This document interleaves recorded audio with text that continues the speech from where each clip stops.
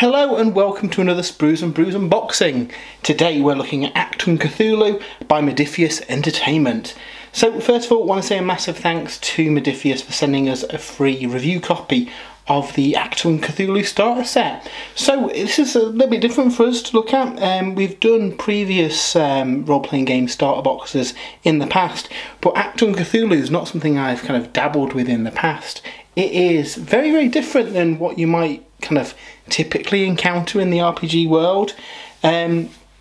Essentially it's a World War II pulp adventure role-playing game with mythos elements. So think, I don't know, Indiana Jones or Wolfenstein or Captain America, the First Avenger. So it's set in the Second World War, but the Nazis have got access to supernatural powers and technology, and there's, you know, old gods and deep ones and Cthulhu and stuff in the background. So really, really cool setting, and again with a kind of over-the-top action-packed pulp theme, which you can see from the kind of the cover as well. It looks like an old pulp comic, which is something the kind of game leans heavily into. And in this video we're going to be having a look at what comes in the starter set and how you can use it to kind of dip your toe into Achtung Cthulhu. So we've seen a few boxes like this over the years. I think most RPGs come with a starter set of this kind of format now. Essentially it gives you kind of a cut down version of the rules, an introductory adventure and a load of goodies to kind of get you learning how to play the game and how the mechanics work in an introductory kind of storyline that introduces all the rules gradually, which you can then use to springboard your way into the full game. Really, really good idea. Other boxes that we've looked at like this have been, you know, super popular in the past, so really looking forward to diving into this and seeing what we get. So if we open this up, we can see that inside the actual box itself, like with a lot of these other kind of starter sets, does double as a Games Master screen as well. So you've got lots of really useful stats in there, such as, you know, the difficulties and weapon ranges and the weapon effects, so you can glance at them kind of on the fly. There is also a chart on the bottom of the box as well, so we'll see that in a little bit when we get it open. But essentially you slot the box together and can use it as a little GM screen. Now obviously you are probably going to want to advance to a full kind of GM screen if you get into the game, but this is great again for a group kind of learning the ropes and getting into the game. So the basic rules, which we'll have a look at in a little bit, and the campaign, which again is done in a really nice kind of pulp style. This campaign is for 6 players. You can play it with less, but you might need the GM to control a couple of characters and NPCs just to keep things, you know, fairly balanced. But the 2d20 system works quite well anyway. It's quite scalable, so if you have got a smaller group, that shouldn't be an issue. But I think it's designed for 6 players, so bear that in mind. If you have got a smaller group, you might want to have a couple of those players controlled by the GM. So again, we'll have a look at that in more detail in a little bit. The main appeal of these kind of boxes is that it's a pretty much, you know, pre-built RPG in a box. So there's no, you know, your characters are going to have to be created on session 0 with players who don't maybe know the mechanics. The big advantage in this is that it comes with 6 pre-created characters.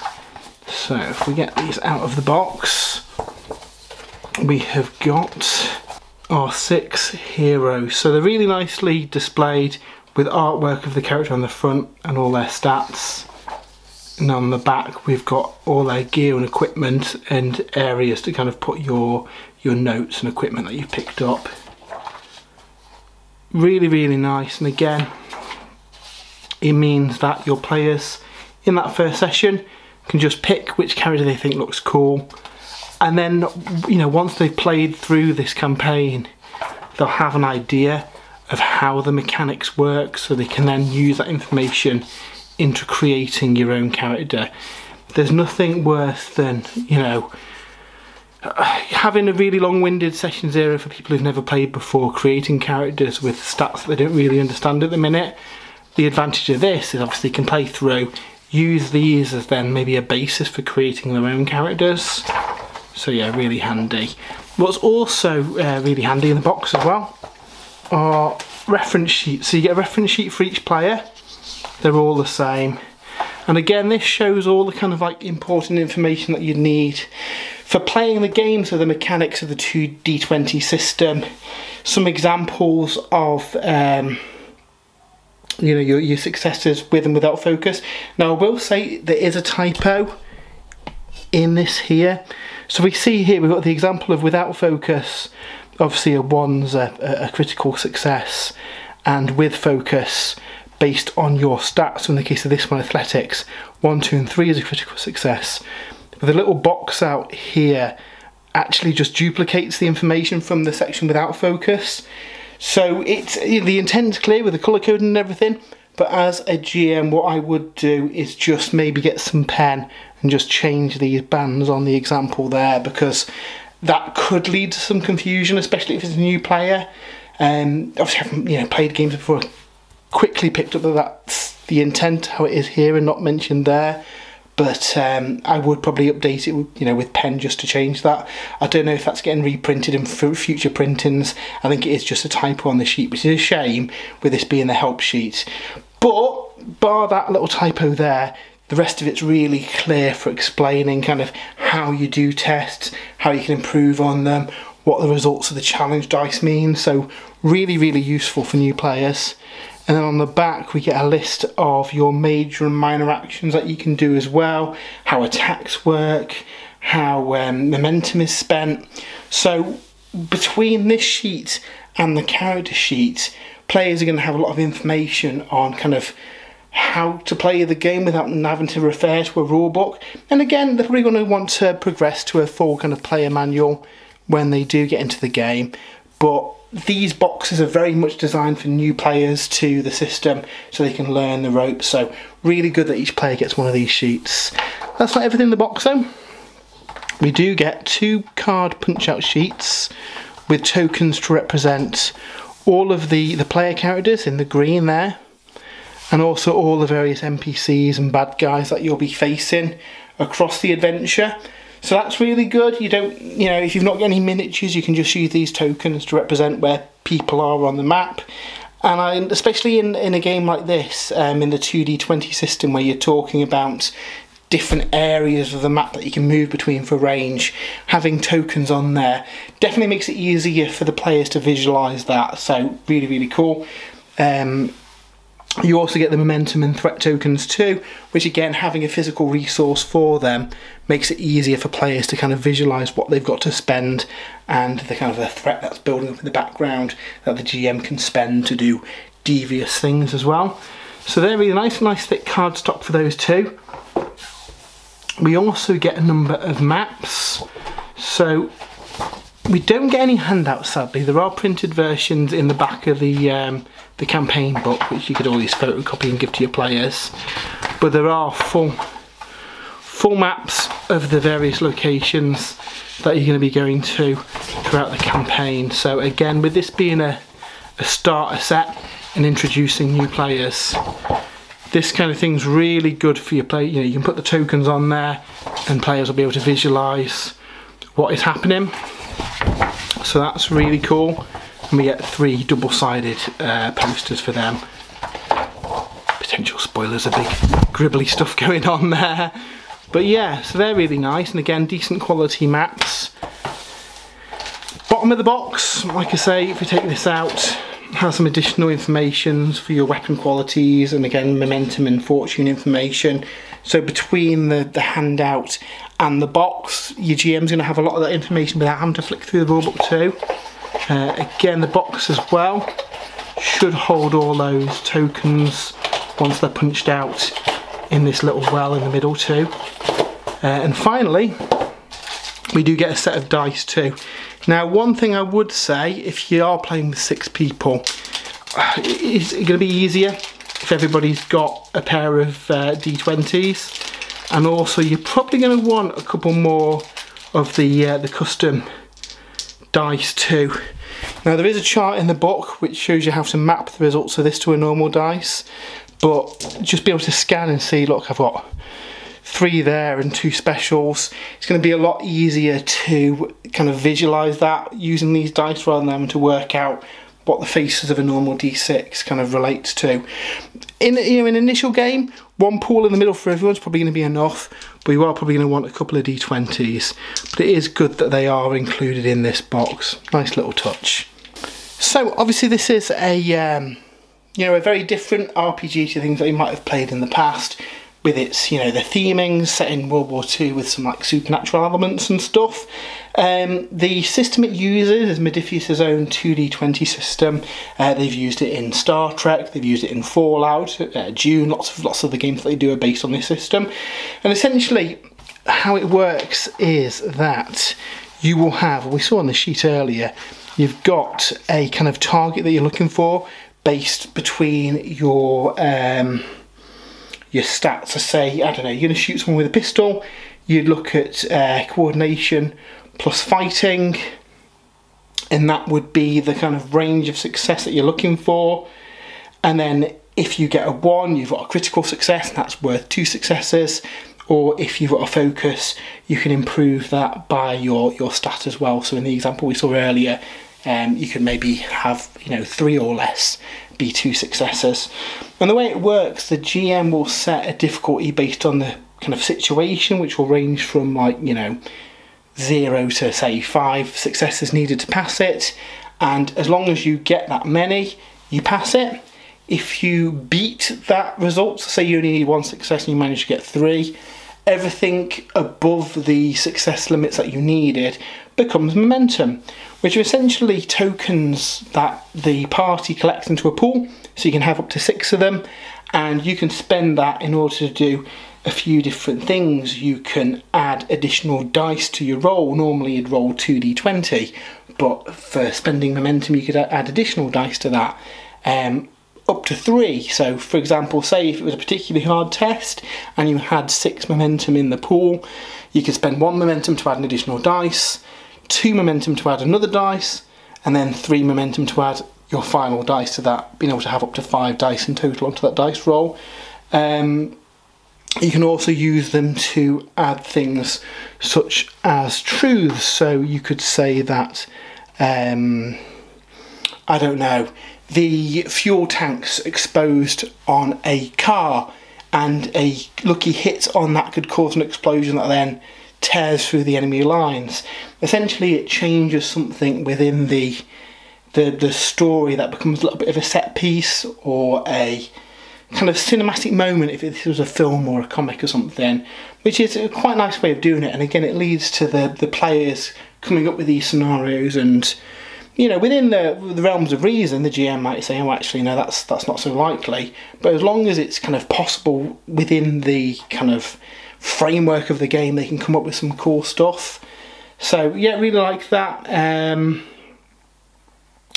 You can kind of manage that resource, but it's really expected that the players use that to create these dramatic set pieces and get through, because the GM has also got a similar pool called threat. So that is generated based on the number of players within the game, and then as things happen during there, they will generate more of this research which they can then spend to do similar things. So add additional dice to the rolls, they can do similar examples with the truths, or bring extra enemies into the fray. So it's cool that you've got these 2 kind of pools that you can draw upon. And I think in this kind of game, some games you kind of, these resources you save until you need them. In this game, I think it's worth to spend them as you can and create those cool cinematic moments.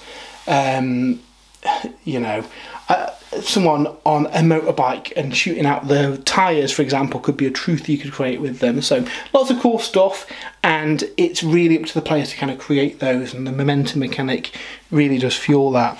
So yeah, quite a simple and quick kind of game to play. Distances are abstracted a little bit, so essentially you're either close, medium, long or extreme, and that is based on how many kind of like zones you are away from each other. So we're not worried about a gun having a range, for example. It's more so, can you shoot someone adjacent? Is it going to be harder to shoot someone 2 kind of areas away? And the map's easier to then kind of spread out into those different segments and kind of visualize that without having to worry about you know, nitty gritty ranges and stuff, because that just slow down the game. Likewise, ammo is kind of abstracted too. Agents are expected to have enough ammo to kind of, you know, enough bullets to get through a scenario, but you will have an ammo kind of statistic that can be spent in order to do different abilities with your gun. So again, a lot of the kind of nitty gritty and bookkeeping is abstracted a little bit to keep the game flowing really quickly, which again adds to the cinematic nature. I really like that side of things. So yeah, the damage works using the special dice as well. Essentially, you're trying to generate stress by getting the results. You'll either cause 1 or 2 based on the dice. There's 2 blank surfaces, and there's also 2 special ones as well. Special one gives you kind of 1 stress plus an additional bonus as well. So some guns, for example, if you roll that, it hits everybody within the same area, for example. Again, really, really easy to follow. Kind of armour and cover reduce from that, and then the net result at the end is how much kind of stress you inflict to the enemy, and then that will equate to kind of injuries and stuff down the line. That's, you know, a high level version of it, but essentially it is a bit more abstract, and you know, the stress, for example, could just represent them coming under fire, getting pinned and running away, for example. It's not necessarily them getting, you know, taking wounds, because that is fluid throughout the game.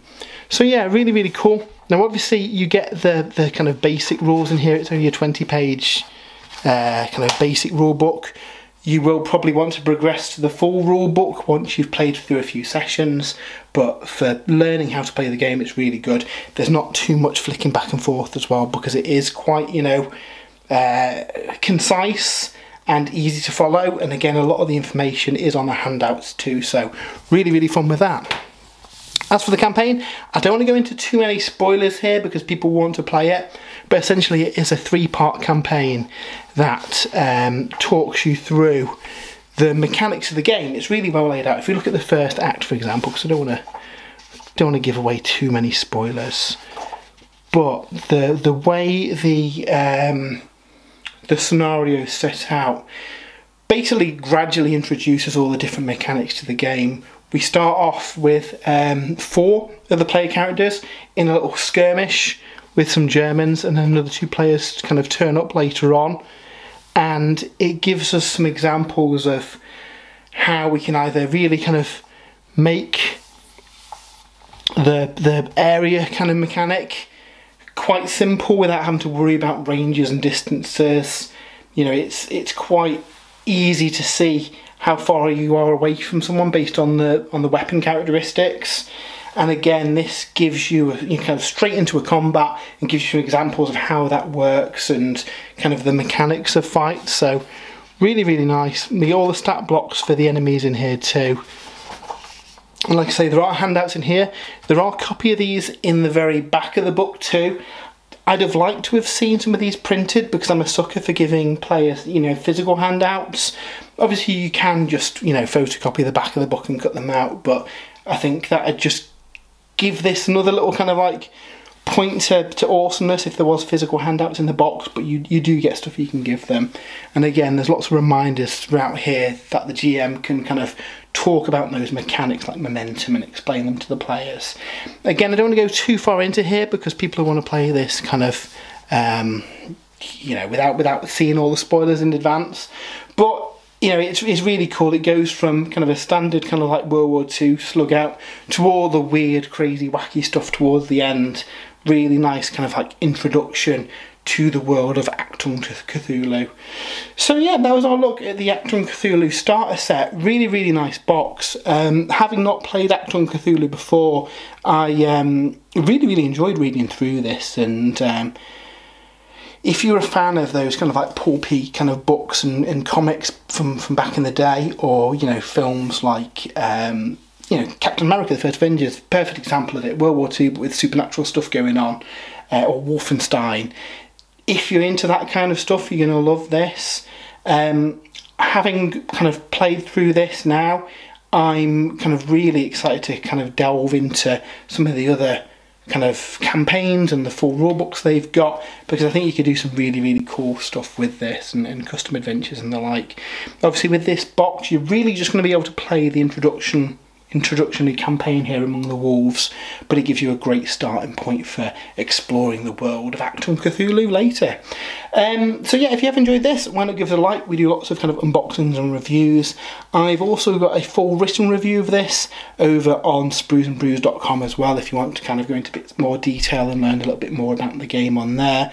If you would also like to support the site as well, we've got an affiliate link to Element Games. If you use that, you can you know, pick up your Modiphius goodies, and we get a little bit of a kickback as well, which goes towards help running the site. But yeah, really awesome box. Recommend picking it up. I think it's £35 from the Modiphius website, and it's available now, so check that out. And yeah, until next time, have a great weekend, and we'll see you soon.